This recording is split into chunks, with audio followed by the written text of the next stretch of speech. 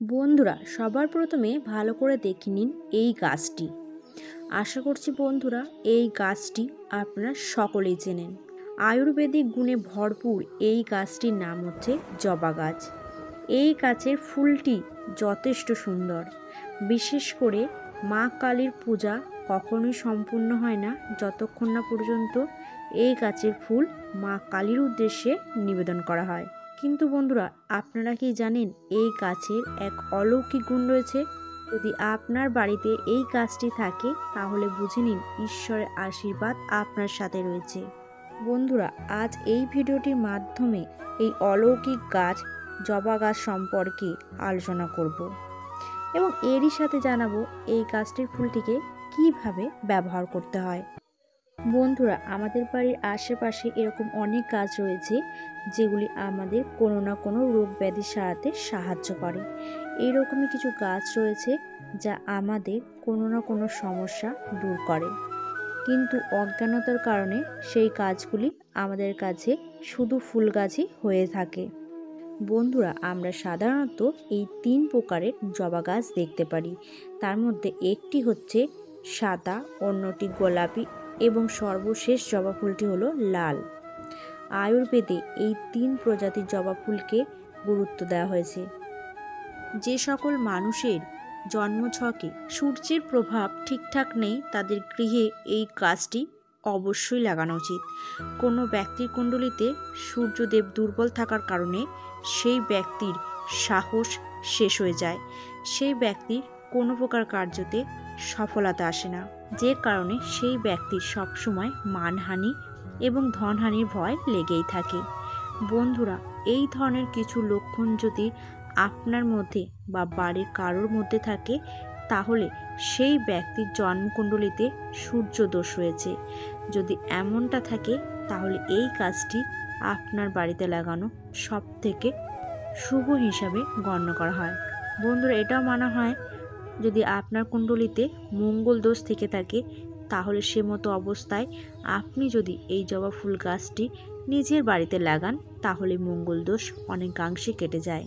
এই গাছটির পাতা পেটে ব্যথার তাৎক্ষণিক উপায় হিসাবে কাজে লাগে। এই জবা ফুল দিয়ে অনেক রকম অলৌকিক কাজও করা হয়ে থাকে। তন্ত্রবিদ্যায় এই জবা ফুল একটি অন্যতম উপকরণ। বন্ধুরা, যদি কোনো ব্যক্তির মঙ্গল দোষ থাকে অর্থাৎ বিবাহে বাঁধা, স্বামী স্ত্রীর মধ্যে প্রবল ঝগড়া, কুণ্ডলিতে কোনো প্রকার বিপত্তি, জন্মগত কোনো মারণ রোগ ইত্যাদি থেকে থাকে তাহলে প্রথম করণীয় কাজটি হলো মঙ্গলকে বলবান করা। তাই বন্ধুরা, এই মঙ্গলকে বলবান করার জন্য জবা ফুল গাছের একটি ছোট্ট চারা নিজের বাড়িতে অবশ্যই লাগান। আর সেই গাছটির একটি ফুল দিয়ে অন্তত 2 থেকে 3 মাস ভগবান শ্রীরামের নাম স্মরণ করে হনুমানজির পায়ে জবা ফুলকে অর্পণ করুন। দেখবেন সমস্ত রকম বিপদ কেটে যাবে এবং এরই সঙ্গে হনুমানজির কৃপায় আপনার সমস্ত রকম সমস্যা দূর হয়ে যাবে।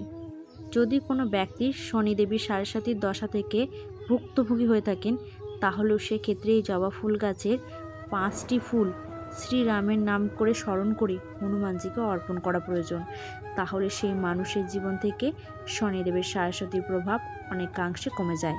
বন্ধুরা, যখন বিশেষ প্রকারের কোনো বরদান লাভ করতে চাইবেন, যেমন ধরুন ধনবৃদ্ধি, চাকরি লাভ বা কোনো বিশেষ মনোবাঞ্ছনা পূরণ করতে চান, তখন বিশেষ করে শুক্লপক্ষের বৃহস্পতিবার অর্থাৎ গুরুবার থেকে অথবা সোমবার থেকে এই জবা ফুল গাছে 9টি ফুল নিয়ে একটি মালা তৈরি করে 9 দিন পর্যন্ত রাত্রিকালে 9 ঘটিকার পর মাতা নবদুর্গাকে অর্পণ যদি করতে পারেন তাহলে নিশ্চিত রূপে আপনার বিশেষ মনোবাঞ্ছনাগুলি পূর্ণ হবে।